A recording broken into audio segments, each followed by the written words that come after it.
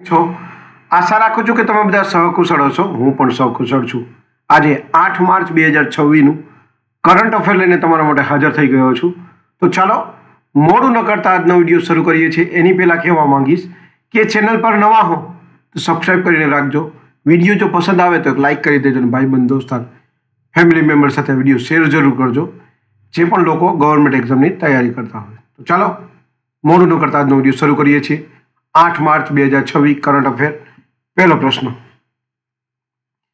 જી spider robot ક્યાં તૈનાત કરવામાં આવ્યું? સાચો જવાબ છે તિરુવનંતપુરમ. બીજો પ્રશ્ન છે, ખેલો ઇન્ડિયા ટ્રાઇબલ ગેમ્સ 2026નું આયોજન ક્યાં થશે? સાચો જવાબ છે છત્તીસગઢ. ત્રીજો પ્રશ્ન છે, યુકેમાં વોટર ક્રિમેશન કાયદેસર બનાવનાર પ્રથમ દેશ કોણ બન્યું? સાચો જવાબ છે સ્કોટલેન્ડ. ચોથો પ્રશ્ન છે, તમિલનાડુના રાજ્યપાલનો વધારાનો કાર્યભાર કોને સોંપાયો છે? સાચો જવાબ છે રાજેન્દ્ર વિશ્વનાથ આર્લેકર. પાંચમો પ્રશ્ન છે, WPL એટલે કે મહિલા IPL ટીમમાં સામેલ થનાર પ્રથમ ભારતીય મહિલા ક્રિકેટર કોણ? સ્મૃતિ મંધાના. છઠ્ઠો પ્રશ્ન છે, આંતરરાષ્ટ્રીય મહિલા દિવસ દર વર્ષે ક્યારે ઉજવાય છે?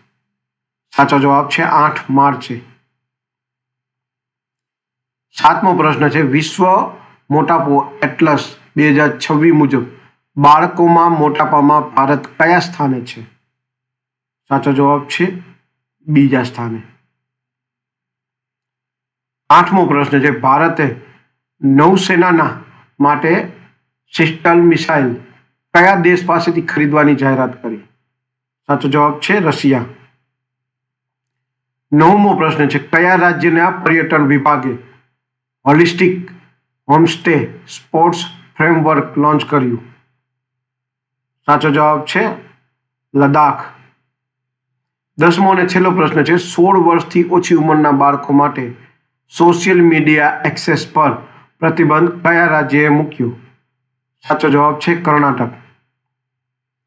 તો આ હતા 8 માર્ચ 2026ના કરંટ અફેર અને તેના જવાબો.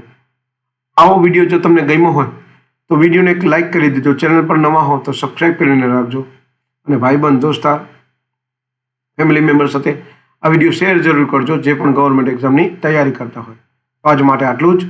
જય હિન્દ, વંદે માતરમ દોસ્તો.